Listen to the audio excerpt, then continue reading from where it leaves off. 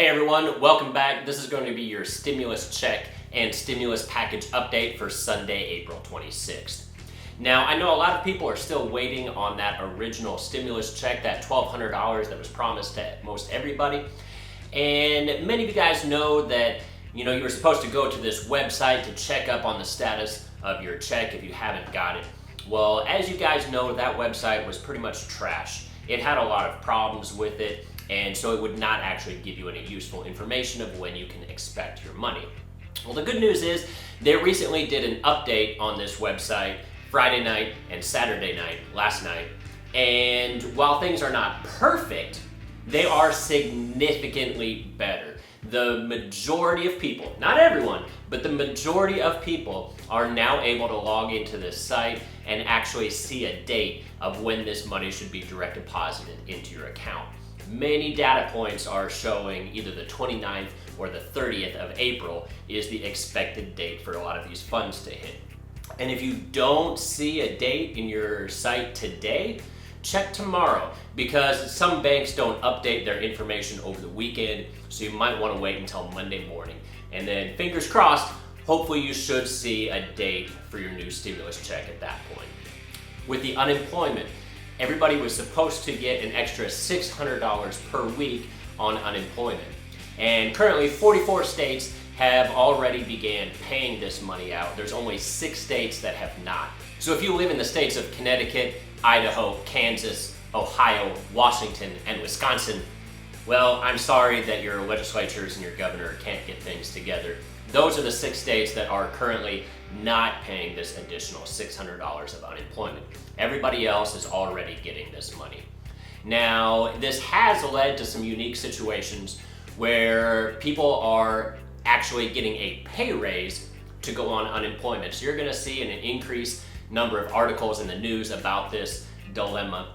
So hypothetically, if you were a worker in New York and you were earning roughly $36,000 a year, under this new unemployment system, you would be getting real close to $50,000 a year on unemployment benefits. So you're essentially getting like a 40 or 50% pay raise to stay at home and do nothing. And if that's the case for you, then hey, good for you, man. You didn't do anything wrong. It wasn't your fault that you got fired. You didn't vote on this bill. You didn't ask for this additional $600 a week. So don't feel guilty. You didn't do anything wrong.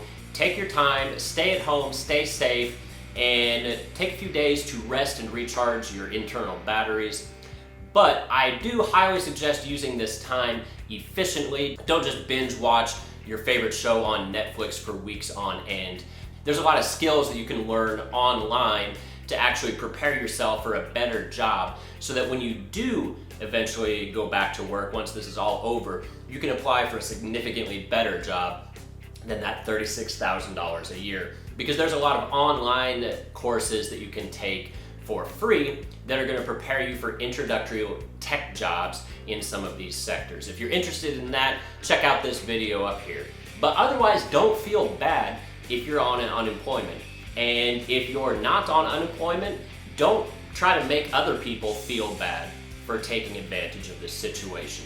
It's not their fault that they're getting this extra money. If you want somebody to be upset about, be upset at the legislatures and the people that designed this bill, because nobody in the country voted for this. We didn't ask for it, so don't make people feel guilty for accepting it. And when it comes to the SBA PPP program, the president signed an additional pot of money into law on Friday. So the SBA PPP program is now fully funded again, but I do expect that it is going to run out of money very, very fast. The first round of money ran out quickly, and I think this set is going to run out even faster, because there's still a lot of people in the queue from the original time that they applied for this program that are still waiting to be processed, along with anybody additional that's still trying to apply for this. So this is a first come, first serve. So if you haven't already, I highly suggest applying for this program as quickly as possible.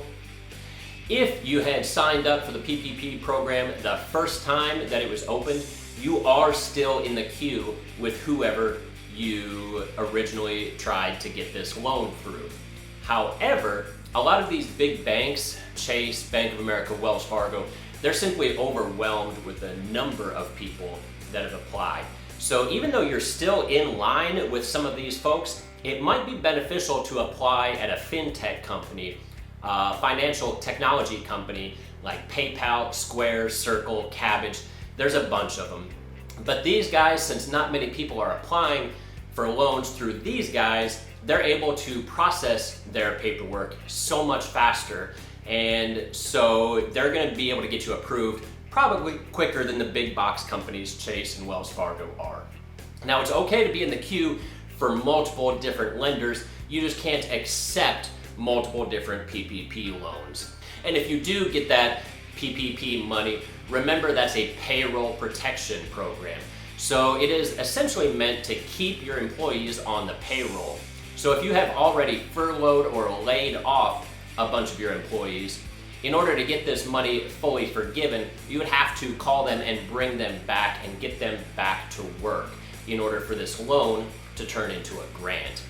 But don't be surprised if when you try to call all of your employers that you've already fired or furloughed and you try to get them back to work, don't be surprised if you get some disgruntled answers and you get some no answers that they don't want to come back to work. Because like we mentioned earlier, these guys are now making more money by staying at home. So now they would essentially have to not only take a pay cut, but they would also have to risk their health and the health of their family members if they were to return back to work. So don't be overly surprised if you get some not so great answers if you try to call up some of your old employees and get them back to work. So that's going to be your update for today, Sunday, April 26th. As always, we're going to keep you in the loop as far as any changes that happen. So be sure to check back, subscribe, hit the notify button so you can find out as soon as possible what the new status updates on all of these programs are. And as always, I'll see you all again next time. Thanks.